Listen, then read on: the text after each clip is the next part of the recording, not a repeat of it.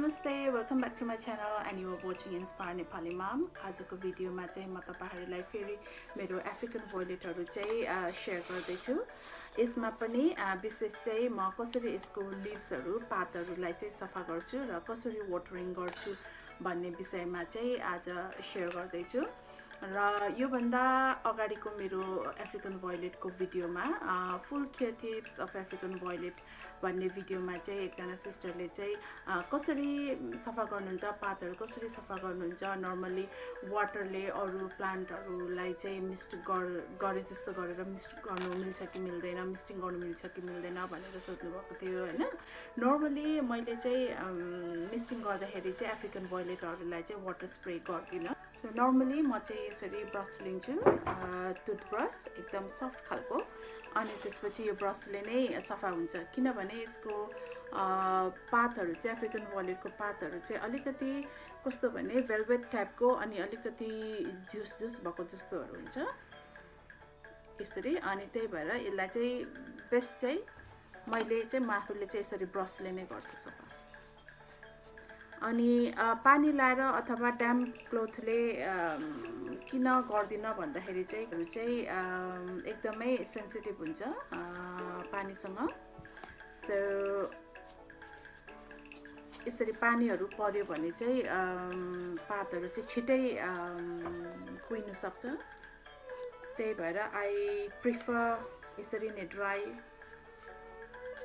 वेले यसरी ब्रशले यसरी प्रिफर गर्छु म चाहिँ। हेर्नुस् यसरी सफा भएको छ अहिले मेरो अरु पातहरु यहाँनेरि हेर्नुस् कति सफा भएको छैन।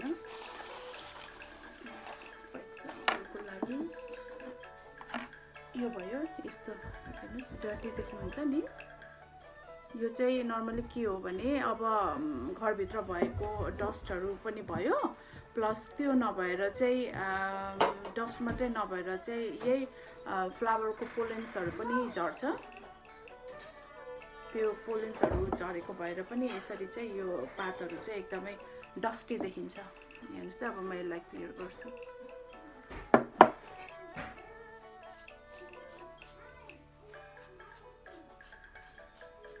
क्लोजली देखाउँछु तपाईहरुलाई।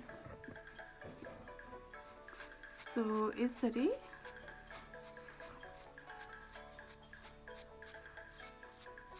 यस्तो भेलभेट टाइपको हुन्छ यसको लिभ्सहरु चाहिँ। सो यसरी बिस्तारै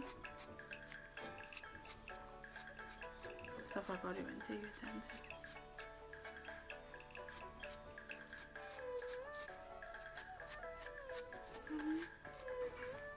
हजुर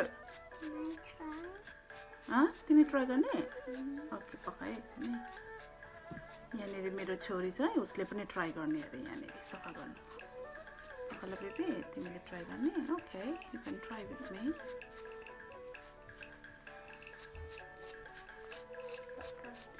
यसरी ब्रशले चाहिँ प्रिफर गर्छु म चाहिँ सफा यो अफ्रिकन भोइलेटको पातहरु सफा गर्नुको लागि चाहिँ। सबैको आफ्नै वे हुन्छ सफा गर्ने सबै कुरा। सो यहाँनेरि ओके ओके ल तिमी गर्ने हेर्नुस् कति जेस यसरी डस्टहरु जान्छ। यो चाहिँ ब्रशले गर्नुको कारण चाहिँ किनभने यो पात चाहिँ एकदमै डेलिकेट प्लस एकदमै यो भेलभेट टाइपको भएको भएर चाहिँ ब्रश चाहिँ बेस्ट अप्सन लाग्यो मलाई चाहिँ सफा गर्नुको लागि। ल तिमी गर्ने? ल पकाए। सो यहाँ चाहिँ मेरो छोरीले गर्ने भनेर यहाँ गर्दैछ। बिस्तारै स्लोली एउटा हातले यसरी पक्रिने लिभ्सलाई हो त्यसरी होल्ड लाइक दैट हो त्यसरी।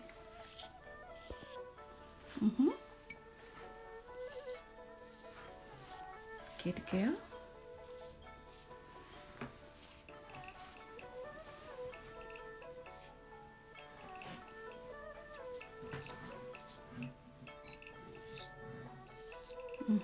Well done. हो त्यसरी मम्मीलाई हेल्प गर्ने। ओके